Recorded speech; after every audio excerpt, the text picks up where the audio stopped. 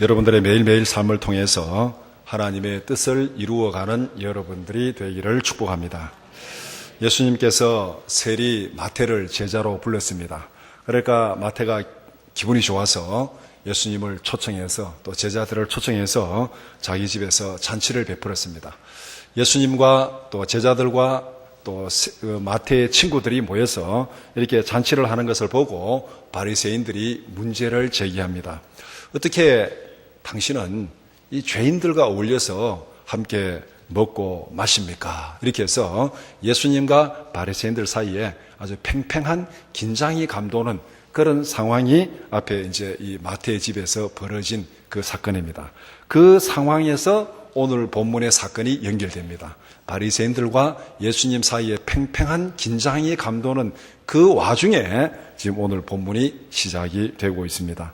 마태복음 9장 18절에서 26절은 두 개의 사건이 한 덩어리로 엉켜 있습니다.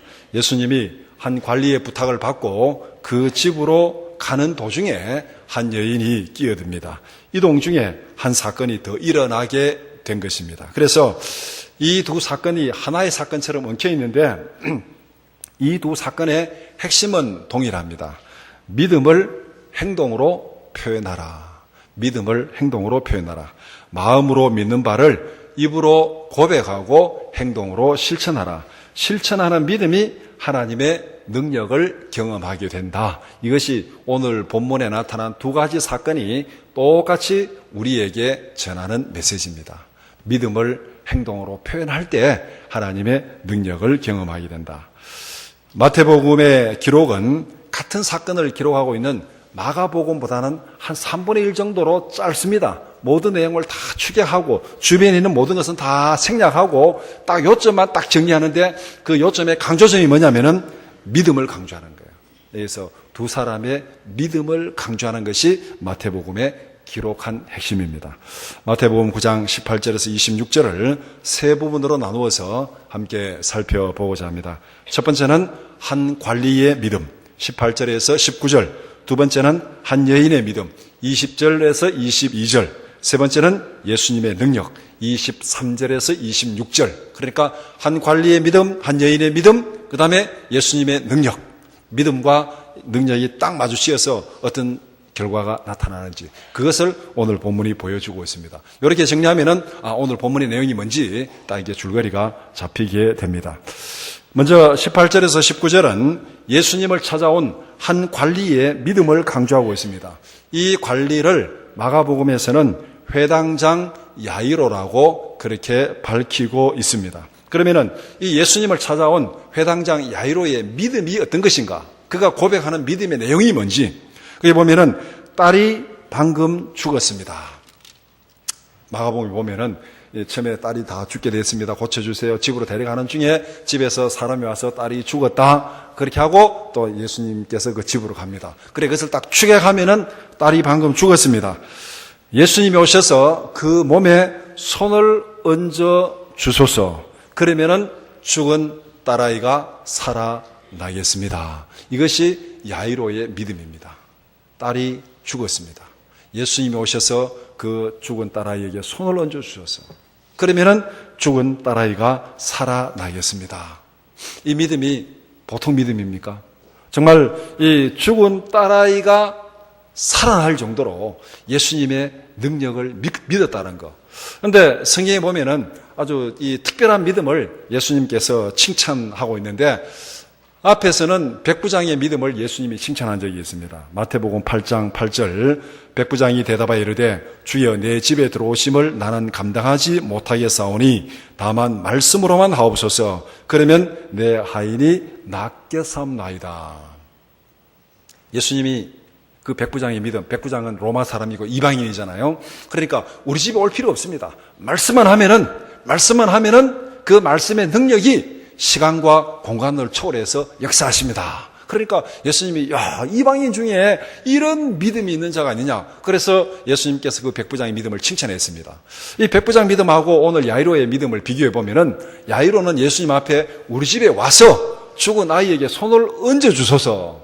그러면은 이 딸아이가 살겠습니다. 이렇게 말하고 있는데 이 부분 보면은 백부장은 올 필요 없습니다. 말씀만 나옵소서. 그러니까 백부장의 믿음이 굉장히 커 보입니다.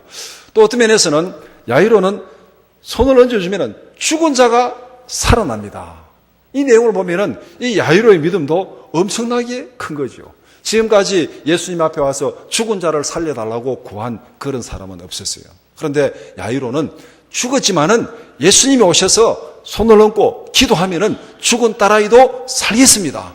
이렇게 지금 믿고 있는 거예요. 그러니까 이 야이로의 믿음이 얼마나 위대하고 큰 것인지를 우리가 알 수 있습니다. 그런데 이 야이로는 자기의 믿음을 어떻게 표현하고 있습니까?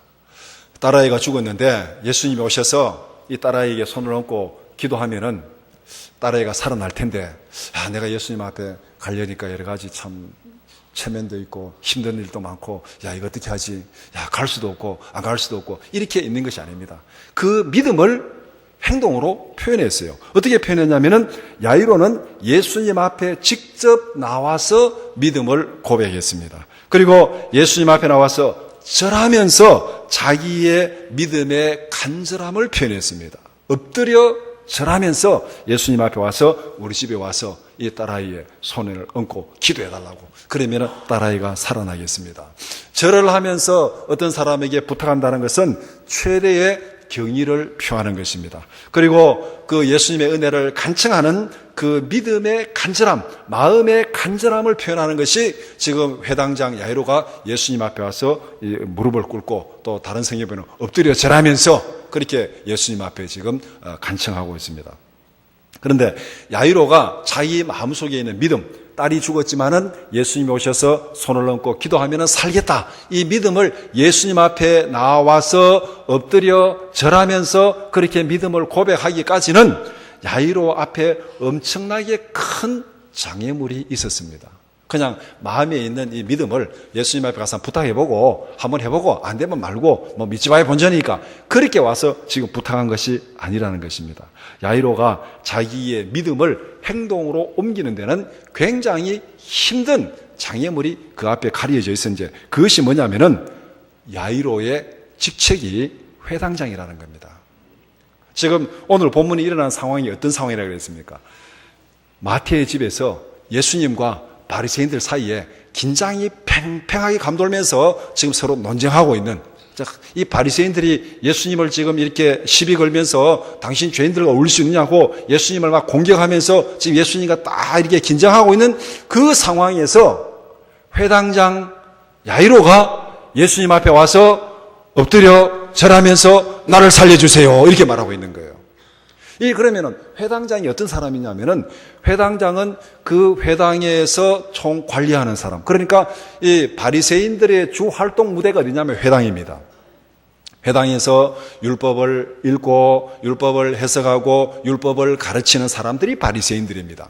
그러면은 야이로는 그 바리새인들의 우두머리라는 거예요. 회당장입니다. 바리새인들의 주 활동 무대가 회당이고 야이로는 회당장이니까 적어도 야이로는 그 동네에서 굉장히 이 영향력이 있고 또 바리새인들 가운데 지도력을 발휘하는 그런 지도자라는 겁니다. 그런데 지금 바리새인들과 예수님이 팽팽하게 긴장이 감돌고 있는 그 상황에서 회당장이 바리새인들의 우두머리가 리더가 예수님 앞에 가서 무릎을 꿇고 도와주세요 이렇게 말하면은 바리새인들을 볼 때 어떻게 되겠어요? 이 김 다 빼는 거잖아요, 이거요. 김 다 빼는 거고 이게 지금 말이 안 되는 얘기입니다. 당신이 정말 회당장으로서 바리새인들로서 그럴 수 있느냐고 이렇게 회당장에게 막 이게 비난할 것이고 그 다음에 당신 회당장 직책 그만두라고 아마 그 바리새인들의 무리에서 아마 쫓겨날 수도 있고 지금까지 자기가 쌓아온 모든 인생의 모든 그 경력과 모든 이 영향력을 다 잃어버릴 수 있는 박탈당할 수 있는 그런 상황입니다. 그런데도 야이로는 자기의 딸을 살리기 위해서 그 모든 주위 사람들의 압력, 바리새인들의 눈치 다 접어두고 예수님 앞에 가서 무릎을 탁 꿇고 도와달라고 그렇게 간청하는 이 믿음의 표현. 이것은 죽음을 각오한 믿음의 표현입니다. 육체적인 죽음은 경험하지 않을지 모르지만은 이 일로 인해 가지고 야이로는 사회적인 죽음은 경험할 수밖에 없습니다. 이제는 어떻게 보면은 일이 잘못되면은 야이로는 모든 직책에서 쫓겨날 수 있고, 이제는 바리새인들에게 완전히 왕따다는, 거기에서 쫓겨나는 그런 일을 감수할 수밖에 없는 그런 상황인데도 예수님 앞에 와서 무릎을 꿇고 살려달라고 그렇게 간청합니다. 그만큼 사정이 절박하다는 말도 되고, 또 한편으로는 그만큼 예수님에 대한 믿음이 확실하다는 거예요. 한번 해보고 안 되면 말고가 아니죠, 이거. 자기의 모든 인생을 송두리째 다 포기하면서까지 예수님 앞에 나왔는데 한번 해보고 말고식의 그런 믿음의 표현이 아니라는 겁니다. 야이로는 자기 앞에 놓인 장애물을 극복하기 위해서 자기 인생을 걸었습니다. 자기의 삶을 다 걸었습니다. 그리고 예수님께 믿음을 고백하고 도움을 간청하고 있습니다. 이것이 오늘 본문에 지금 간단하게 설명되어 있는 야이로의 믿음입니다. 그 믿음을 행동으로 실천하기까지는 정말 죽음을 감수할 수밖에 없는, 자기 인생을 다 포기할 수밖에 없는 그런 어려움과 장애물을 극복하고 예수님 앞에 나왔다는 것을 지금 보여주고 있습니다. 예수님께서 야이로의 간청을 듣고 함께 그의 집으로 가고 있습니다. 다음으로 20절에서 22절은 예수님이 야이로의 집으로 가는 도중에 일어난 사건을 설명하고 있습니다. 여기에 등장한 인물은 12해 동안 혈루증으로 고생하는 한 여인입니다. 자, 이 여인의 믿음은 어떤 것입니까? 21절에 보면은 그 마음에 예수님의 겉옷만 만져도 구원을 받겠다 함이러라. 예수님의 겉옷만 만져도 내가 구원을 받겠다. 이 말은 뭐겠습니까? 내 이 질병에서 치료받겠다. 그런 믿음이 그 마음에 생겼습니다. 그런데 이 마가복음에 보면은 이 여인의 행편을 좀 더 상세하게 설명하고 있는데, 12년 동안 여러 의원들을 찾아다니면서 질병을 고치려고 시도했지만은 아무도 그 질병을 고쳐주지 못했습니다. 이제 가진 재산도 거의 다 탕진했습니다. 병세는 점점 더 악화되었습니다. 이제는 고칠 소망이 전혀 없어요. 12년 동안 고치려고 했는데 고칠 소망이 없고 못 고쳤고 이제 돈도 다 썼고 그 다음에 병세는 더 악화되었고 이제는 어떤 방법이 없는 그런 상황인데, 예수님이 지나가는 소문을 듣고 그 마음에 믿음이 생긴 거예요. 내가 가서 예수님의 겉옷에 손만 탁 대도 내 병이 낫겠다. 이 마음에 이런 믿음이 생긴 거예요. 그러면은 이 여인은 이 믿음을 어떻게 표현했느냐는 거예요. 그 마음에 믿음이 생기면, 내가 밖에 나가서 예수님의 옷에 손만 대도 이렇게 내 병이 치료받겠는데 지금 나는 밖에 나갈 형편이 못 된다. 이 혈루증을 앓는 여인이 어떻게 밖에 나갈 수 있느냐. 이거 큰일이다 이거. 내가 이렇게 하면은 고침을 받겠는데 나갈 수는 없고 끙끙 앓고 집에 앉아 있었다면은 어떤 일이 일어났겠습니까? 그리고 아무 일도 없었다. 그렇게 되었을 것입니다. 그런데 이 여인은 믿음을 구체적인 행동으로 표현합니다. 12해를 혈루증을 앓는 여인은 예수님의 뒤로 와서 그 겉옷 가를 만졌다. 그렇게 말합니다. 자기의 믿음을 행동으로 실천했습니다. 집에 앉아 있는 것이 아니고 그 아픈 몸을 이끌고 예수님 앞에 나와서 뒤로 와서 겉옷을 만졌다. 이렇게 말하고 있는데, 그러면은 이 여인이 믿음을 행동으로 실천함에 있어서 그러면은 이 여인 앞에는 장애물이 없었겠는가? 어려움이 없었겠는가? 이 여인에게도 엄청난 어려움이 그 앞에 있었습니다. 혈루증을 앓는 여인이 무리를 뚫고 예수님의 겉옷을 만지는 것은 불가능한 일입니다. 왜?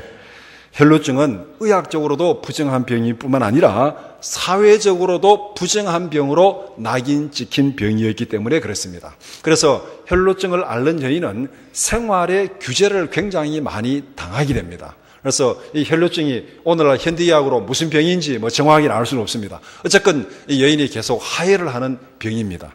이런 병을 가지고 있는 사람은 다른 사람들과 함께 생활할 수 없고 격리해서 생활하는, 그것이 구약의 율법입니다. 레위기 15장 25절에서 27절 말씀, 만일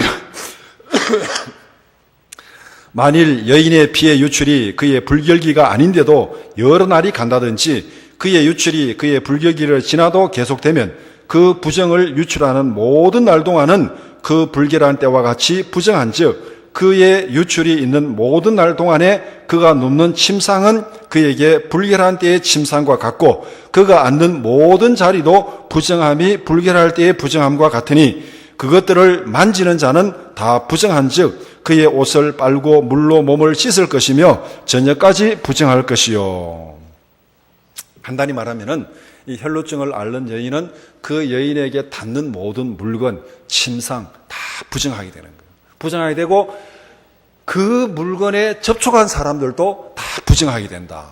그러니까 이 여인은 사람들이 있는 곳에 가면 안 돼요. 그런데 지금 이 여인의 마음속에 어떤 믿음이 생겼습니까? 내가 예수님의 겉옷가에 손만 탁 대도 내 병이 나을 것 같다. 이런 믿음이 생겼습니다. 그런데 그렇게 하기 위해서는 사람들의 그 군중의 무리를 뚫고 예수님께 가야 되는 거예요. 예수님이 지금 야이로의 집으로 가고 있잖아요. 이동 중에 있습니다. 많은 사람들이 모여서 예수님을 지금 에워싸고 있는데 그 무리를 뚫고 들어가야 되니까 이 여인은 공개적으로 나와가지고 예수님 앞에 나를 살려달라, 나를 치료해달라 그렇게 떠들 수 있는 상황이 아닙니다. 그래서 자기의 신분을 숨기고 뒤로 가만히 와가지고 살짝 예수님의 겉옷에 손을 댄 것이 오늘 본문의 상황입니다. 발각되면 어떻게 되겠어요? 자기가 혈루증이 있다는 게 발각이 되면 돌에 맞아 죽을 수도 있습니다. 죽음을 각오하고 생명을 걸고 지금 예수님 앞으로 나온 것이 지금 이 여인의 행동입니다. 이런 믿음을 행동으로 실천함에 있어서 그 앞에 때로는 죽을지도 모른다는 그 장애물이 가리고 있었지만은 그는 그 장애물을 극복하고 예수님 앞에 나와서 자기의 믿음을 행동으로 표현했습니다. 이 여인의 행동에 대해서 예수님께서 어떻게 반응하십니까? 예수님은 혈루증을 앓는 여인이 옷을 만진 것을 알았습니다. 마가복음에 보면은 이 여인이 손을 딱 대자마자 예수님에게서 능력이 빠져나가는 것을 알았다고 그렇게 표현하고 있습니다. 그러면서 예수님이 이렇게 선포합니다. 22절에 따라 안심하라. 내 믿음이 너를 구원하였다. 따라 안심하라. 내 믿음이 너를 구원하였다. 그냥 내 믿음이 너를 구원하였다고 말하지 않고 따라 안심하라 이렇게 말하고 있습니다. 어떻게 보면은 예수님께서 이 여인의 고통을 다 아시고 위로하신 거예요. 이 여인이 지금 이 무리 가운데 나와서 예수님의 옷가에 손을 대기 위해서 지금 어떤 마음으로 나왔겠습니까?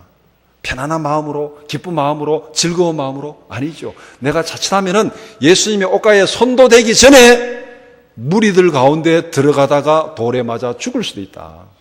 이 위험을 알고 있습니다.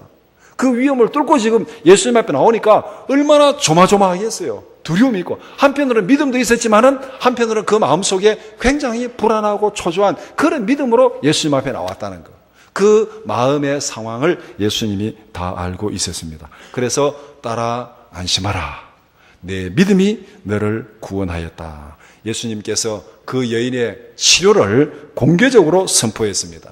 이렇게 모든 사람들 앞에서 공개적으로 선포한 것은 이제 너는 부정한 자가 아니다. 이제는 더 이상 사람들에게서 격리되어서 살아갈 필요 없는 너는 이제 치료받았고 모든 사람들과 똑같이 살아갈 수 있는 그런 모든 부정함을 공식적으로 제거하는 그런 효과가 있습니다. 그래서 예수님께서 그 여인의 마음을 위로해 줄 뿐만 아니라 그 여인이 살아가는 모든 질병과 고통과 사회적인 제약을 한 번에 다 제거해서 치료하고 사회적으로 자유하게 만들어준 그것이 예수님의 선포입니다.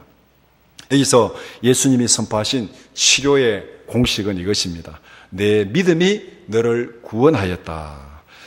믿음을 행동으로 표현한 사람에게 치료의 능력이 나타난다는 것입니다. 하나님께서 우리에게 구원하신 또 하나님께서 우리에게 치료를 약속하신 공식이 이건데 하나님의 능력 더하기 성도의 믿음 이 둘이 합쳐지면은 하나님의 치료의 능력이 나타난다는 거예요. 하나님의 능력은 우주 만물을 창조하신 능력이고 모든 이 질병을 고치고 풍랑도 잔잔케 하고 이 모든 걸 섭리하시는 전지전능하신 능력입니다. 하나님이 하지 못할 것 아무것도 없어요. 그런데 왜 우리에게 이러한 하나님의 능력이 나타나지 않느냐? 그것은 우리의 믿음이 거기에 나타나지 않기 때문에. 하나님의 능력은 전지전능하시고 거기에 성도의 믿음이 더해지면은 하나님의 치료의 능력, 구원의 역사가 나타난다. 이것이 성경에서 제시하신 하나님의 구원의 능력, 구원의 공식입니다. 하나님이 만든 공식입니다. 전능하신 하나님이지만은 믿음으로 반응하지 않는 자에게는 하나님은 역사하지 않습니다. 하나님은 아무것도 없는 데서 우주 만물을 창조하신 전능하신 하나님이지만은 믿음을 고백하지 않는 자는 구원하지 않습니다. 이것이 하나님이 만든 공식이에요. 우리가 거기에 시비를 걸 수 없습니다. 하나님이 만든 공식이에요. 억울하면은 하나님을 믿는다고 고백하고 믿음으로 반응하면은 하나님의 구원의 역사가 나타날 줄 믿습니다. 예수님의 고향 사람들은 예수님을 믿지 않았습니다. 예수님을 배척했습니다. 그러니까 예수님은 거기에서는 기적을 행하지 않았습니다. 믿음이 없는 곳에는, 믿음으로 반응하지 않는 곳에는 하나님이 역사하지 않는다는 것. 믿음을 행동으로 실천하는 여러분들이 되기를 바랍니다. 하나님은 전능하신 분이지만은 우리가 믿음으로 반응하지 않으면은 하나님의 역사는 내게 나타나지 않는다는 것입니다.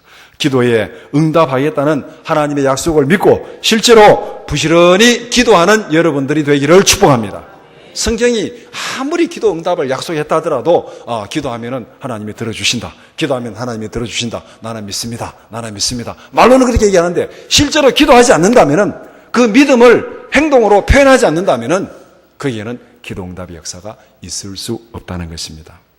마지막으로 23절에서 26절은 예수님이 야이로의 집에 도착했을 때 벌어지는 상황을 말씀하고 있습니다. 죽은 자를 살리시는 예수님의 능력을 강조하고 있습니다. 오늘 이 사건의 핵심은, 마지막 결론은 뭐냐면은 예수님의 능력은 죽은 자도 살리는 능력이다. 앞에서 군대의 귀신도 쫓아내고 풍랑도 잔잔케 하고 모든 영적인 영역, 그 다음에 자연적인 영역, 이것도 예수님께서 통치하신다. 오늘 이 사건은 어떻게 보면은 우리 인생의 가장 큰 고민거리, 가장 큰 장애물, 죽음까지도 예수님께서 다스린다. 그것을 보여주는 사건입니다. 야이로의 집에 도착한 예수님은 딸아이의 죽음을 슬퍼하는 무리들을 보게 되었습니다. 피리 부는 자들과 곡하는 자들을 보았습니다. 유대인들의 장례 풍습은 사람이 죽으면은 이 전문적으로 피리 부는 사람, 아주 구슬프게 피리 불어서 초상집에 이 슬픔을 좀 이렇게 극대화시키고, 그 다음에 곡하는 자를 불러가지고 이 초상집의 슬픔을 이렇게 극대화시키는 그런 전문꾼들을 불러가지고 피리 불고 곡하게 하고 이렇게 초상집의 분위기를 이렇게 만드는 그런 그 전문 이 초상꾼들이 있었습니다. 그런 사람들을 불러서 지금 이렇게 이 장례를 지금 치르고 있는데, 이런 사람들이 많았다는 것은 피리 부는 자들, 곡하는 자들, 무리들을 예수님이 보았습니다. 이런 사람들이 많았다는 것은 다른 말로 말하면은 야이로의 사회적인 지위가 어떤 것인지를 반영하는 거예요. 오늘날도 마찬가지죠. 어떤 초상집에 갔는데 사람이 하나도 없어요. 썰렁해요. 문상객도 없어요. 그러면은 무엇을 얘기하고 있습니까? 그 상주가 사회적으로 별로 이렇게 참 영향력이 없는 사람이구나 하는 것을 알 수 있습니다. 근데 어떤 초상집에 갔더니 막 사람들이 막 발 디딜 틈도 없고 그냥 엄청난 사람들이 몰려오고 있습니다. 그러면은 무엇을 반증합니까? 이 집의 상주가 굉장히 사회적으로 영향력이 있는 사람이다. 그렇게 알 수 있는 거죠. 그러니까 정성이 죽은 데는 초상 문상 가지 않더라도 정성에 속아 죽으면 문상 간다 그러잖아요. 그러니까 이 야이로의 집에 지금 이 피리 부는 자들, 곡하는 자들이 많았습니다. 이거는 야이로가 그 동리에서 사회적으로 영향력이 있는 지도자였다는 것을 반증하고 있습니다. 그러니까 이런 신분을 가지고 있는 야이로가 그 모든 사회적인 압력을 다 무릅쓰고 예수님 앞에 나와서 딱 무릎 꿇고 예수님 앞에 간청하는 이 믿음의 고백. 이것이 얼마나 큰 장애물이었는지, 그 장애물을 뚫고 야이로가 예수님 앞에 나갔습니다. 예수님은 슬퍼하며 곡하는 자들을 다 내보냈습니다. 그 이유가 뭐냐면 24절에 이 소녀가 죽은 것이 아니라 잔다. 예수님이 죽은 줄 모르고 지금 잔다 하고 있겠습니까? 예수님이 죽은 줄 알았어요. 죽은 줄 알고 예수님은 이 아이가 잔다 이렇게 표현하고 있습니다. 성경에 다른 군데도 보면은 예수님은 간혹 죽은 자를 잔다고 이렇게 표현한 적이 있습니다. 요한복음 11장 11절에서 13절 이 말씀을 하신 후에 또 이르시되 우리 친구 나사로가 잠들었도다. 그러나 내가 깨우러 가노라. 제자들이 이르되 주여 잠들었으면 낫겠나이다 하더라. 예수는 그의 죽음을 가리켜 말씀하신 것이나 그들은 잠들어 쉬는 것을 가리켜 말씀하심인 줄 생각하는지라. 나사로가 죽어서 나흘이나 지났고 시체에 썩어서 냄새가 난다 그랬습니다. 그런데 예수님은 나사로가 잠들었다, 내가 깨우러 간다, 이렇게 지금 표현하고 있습니다. 죽은 자를 잔다고 말한 의미가 무엇이냐면은 예수님에게 있어서 죽음이 끝이 아니라는 겁니다. 죽음이 끝이 아니라는 것. 자는 자를 깨우듯이 죽은 자를 깨워서 살리는 능력이 예수님께 있다는 겁니다. 왜 야이로의 집에 지금 피리 불고 곡하는 자들이 많이 모였습니까? 딸아이가 죽었어요. 죽었으니까 이제 끝이에요. 그러니까 슬프고 정말로 안타깝고, 그러니까 아주 사람들이 슬퍼하는 거잖아요. 그런데 만약에 딸아이가 잔다면은 슬퍼할 이유가 있겠습니까? 다른 성경에 보면 이 딸아이가 12살 됐다고 이렇게 표현하고 있는데, 여러분들이 집에 밖에 이제 볼일 보러 갔다가 저녁에 좀 늦게 들어왔습니다. 늦게 들어왔더니, 12살 된 딸아이가 지금 침대에서 곤히 자고 있습니다. 자고 있는 딸아이를 보고, 아이고, 큰일 났다고 거기서 통곡하는 엄마 있어요? 아무도 없어요. 딸아이가 자니까 내일 아침에 일어나면 되고, 아이고, 편안하게 잘 자네 하고, 오히려 조용히 잘 자라고 이렇게 할 겁니다. 자는 것하고 죽은 것하고 이게 다른 것이요. 자는 것은 일어나는 걸 믿기 때문에 아무런 걱정이 없습니다. 죽은 것은 끝이라 생각하니까 거기에 슬픔과 고통이 따르는 거예요. 예수님은 바로 이 딸아이의 죽음을 잔다, 그렇게 표현하고 있습니다. 예수님의 선포를 들은 무리들은 다 비웃었습니다. 죽은 사람을 보고 잔다고 말하니까 이게 말도 안 되는 얘기다. 그리고 여기에 지금 이 피리 부는 자들, 곡하는 사람들은 이 장례 치르는 전문꾼들이잖아요. 그러니까 뭐 그들이 그렇게 얘기했겠죠. 내가 뭐 30년 동안, 40년 동안 이 장례식 집을 다 다녀봤지만은 이때까지 죽은 자를 보고 잔다고 말하는 사람 본 적이 없고, 죽은 자를 깨워서 살린 것을 본 적이 없다. 그런데 지금 예수라는 사람이 와가지고 지금 잔다고 말하고, 아이고, 말도 안 되는 소리 하고 있네 하면서 막 삐죽삐죽 하면서 막 비웃고 조롱하면서 그렇게 갔겠죠. 모든 사람들의 한계가 바로 여기에 있습니다. 우리는 경험의 한계를 넘어설 수가 없습니다. 우리가 그렇게 얘기하잖아요. 죽은 자가 살아나는 적을 본 적이 없다. 그런 일이 있으면 내가 손에 장을 지지지. 손에 장을 지진다는 게 뭐예요? 내가 그거 본 적이 없다는 거예요. 그런 일이 없다는 거예요. 내가 경험한 그 이상은 있을 수 없다는 겁니다. 지금 이 무리들이 예수님 앞에서 그렇게 생각하고 예수님을 비웃고 있습니다. 예수님은 자기가 선포한 대로 죽은 아이의 손을 잡고 깨워서 살렸습니다. 예수님이 죽은 시체를 만졌습니다. 그러면은 예수님이 부정해져야 됩니까? 시체가 살아나야 됩니까? 만졌더니 예수님이 부정해진 것이 아니라 죽은 자가 살아났습니다. 앞에 보면은 예수님이 나병 환자를 만졌습니다. 그러면 율법대로 하면은 나병 환자의 손을 댄 자는 다 부정해집니다. 예수님이 부정해졌습니까? 나병 환자가 깨끗하게 치료받았습니까? 나병 환자가 깨끗하게 치료받았습니다. 그러니까 오늘 본문에서는 죽음과 예수님이 맞닥뜨렸습니다. 그러면 예수님이 죽어야 되느냐? 죽은 자가 살아나야 되느냐? 죽은 자가 살아난다. 이것이 예수님의 능력입니다. 죽은 자를 깨워서 살리는 것이 예수님의 능력인 줄 믿으시기 바랍니다. 그렇기 때문에 예수 안에 있는 자에게는 죽음이 끝이 아닙니다. 예수 밖에 있는 자에게는 죽음이 끝일지 모르지만은 예수 안에 있는 자에게는 죽음이 끝이 아닙니다. 우리는 사나 죽으나 그리스도의 것인 줄 믿습니다. 살아도 이 땅에서 그리스도 안에서 사는 것이고, 죽어도 천국에서 영원히 그리스도와 함께 사는 줄 믿습니다. 고린도전서 15장 19절에서 22절, 만일 그리스도 안에서 우리가 바라는 것이 다만 이 세상의 삶뿐이면 모든 사람 가운데 우리가 더욱 불쌍한 자이리라. 그러나 이제 그리스도께서 죽은 자 가운데서 다시 살아나사 잠자는 자들의 첫 열매가 되셨도다. 사망이 한 사람으로 말미암았으니 죽은 자의 부활도 한 사람으로 말미암는도다. 아담 안에서 모든 사람이 죽은 것 같이 그리스도 안에서 모든 사람이 삶을 얻으리라. 믿습니까? 예수님께서 공생애 3년 동안 보여주신 모든 그 기적과 능력은 뭐냐면은 우리에게 맛배기로 보여준 것입니다. 예고편으로 보여준 거예요. 예수님의 능력은 모든 질병을 고치는 능력, 예수님의 능력은 모든 풍랑을 잔잔케 하는 능력, 예수님의 능력은 모든 귀신을 쫓아내는 능력, 예수님의 능력은 죽은 자도 깨워서 살리는 능력, 이 맛배기를 보여주셨어요. 그러면은 이 예고편을 보여주면은 본편은 언제 상영됩니까? 예수님이 재림할 때 이루어질 줄 믿습니다. 그것이 바로 오늘 이 본문의 사건입니다. 본문의 사건은 예수님은 죽은 자도 깨워서 살리시는 능력이 있는 분, 예수 안에 있는 자에게는 죽음이 마지막이 아니라는 것을 분명히 보여주고 있습니다. 사건의 모든 결과는 야이로가 믿고 고백한 대로 그대로 되었습니다. 야이로가 뭐라고 고백했습니까? 딸아이가 방금 죽었습니다. 예수님께 오셔서 그의 몸에 손을 얹어서 기도하면은 죽은 딸이 살아나겠습니다. 그렇게 믿음을 고백했습니다. 입으로 고백하고 행동으로 실천한 야이로의 믿음이 죽은 딸아이를 살렸습니다. 여기서도 하나님이 정하신 구원의 공식이 그대로 적용되는 거죠. 하나님의 능력, 성도의 믿음이 합쳐지면은 하나님의 살리는 역사로 나타났습니다. 하나님의 능력, 예수님의 능력, 거기에 야이로의 믿음이 행동으로 고백됐습니다. 이 둘이 만나니까 죽은 딸아이가 살아나는 역사가 나타났습니다.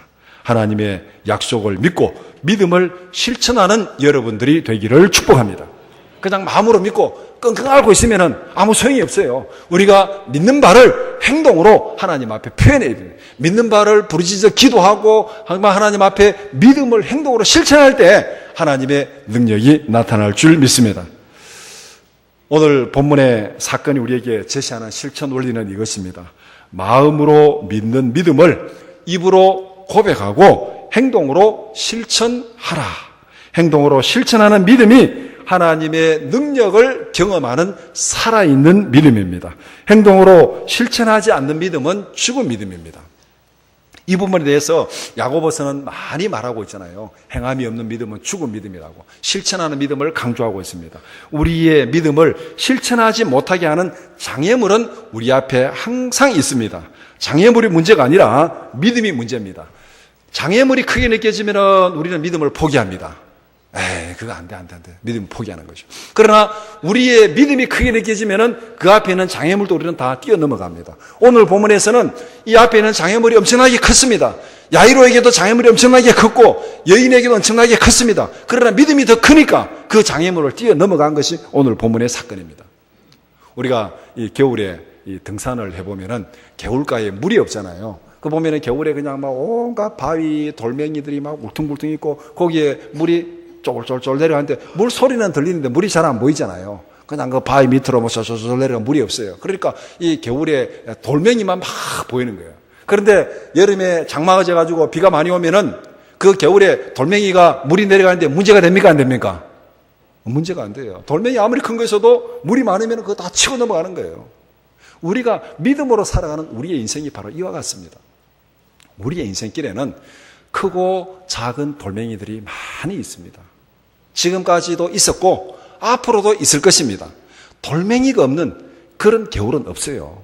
크고 작은 인생의 장애물들이 많이 있지만은 문제는 그 장애물이 아니라 우리의 믿음인 줄 믿습니다. 우리의 믿음이 없으면은 그 장애물에 가려가지고 우리는 믿음이 표시도 안 나고 다 장애물 뒤에 숨어버리고 없어져요. 그러나 믿음이 크면은 물이 많아진 것처럼 그렇게 그 장애물 문제가 되지 않고 다 넘어갈 줄로 믿습니다.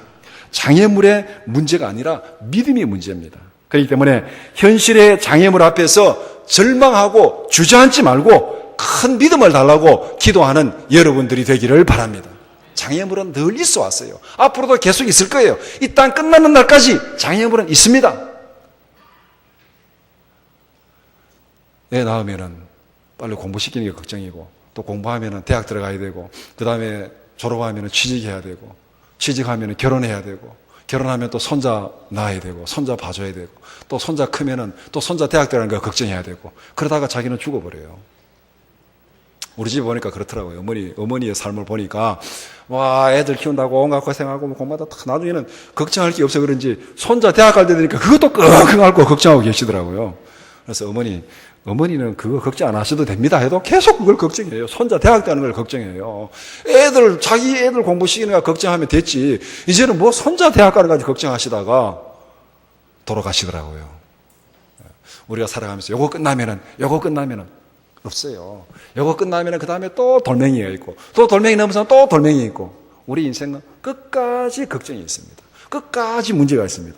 그것이 문제가 아니라 믿음이 문제인 줄 믿습니다. 하나님 앞에 큰 믿음을 달라고 기도하시고 하나님이 주시는 믿음으로 세상을 넉넉히 이기는 여러분들이 되기를 축복합니다. 기도드리겠습니다. 거룩하신 아버지 하나님, 우리가 이 땅에 살아가면서 여러 가지 힘들고 어려운 문제들, 고통의 문제들 많이 있습니다. 그러나 이 고난과 이 모든 장애물 앞에서 좌절하지 말게 하시고 하나님 앞에 큰 믿음을 구하게 하시고 하나님이 주시는 믿음으로 인생의 모든 장애물을 넉넉히 극복하고 이기며 살아가는 저희들 되게 하여 주시옵소서. 장애물 앞에서 하나님의 능력을 경험하고 하나님 앞에 기도응답을 경험하며 감사하며 기뻐하는 저희들의 삶이 되게 하여 주시옵소서. 예수님의 이름으로 기도드리옵나이다. 아멘.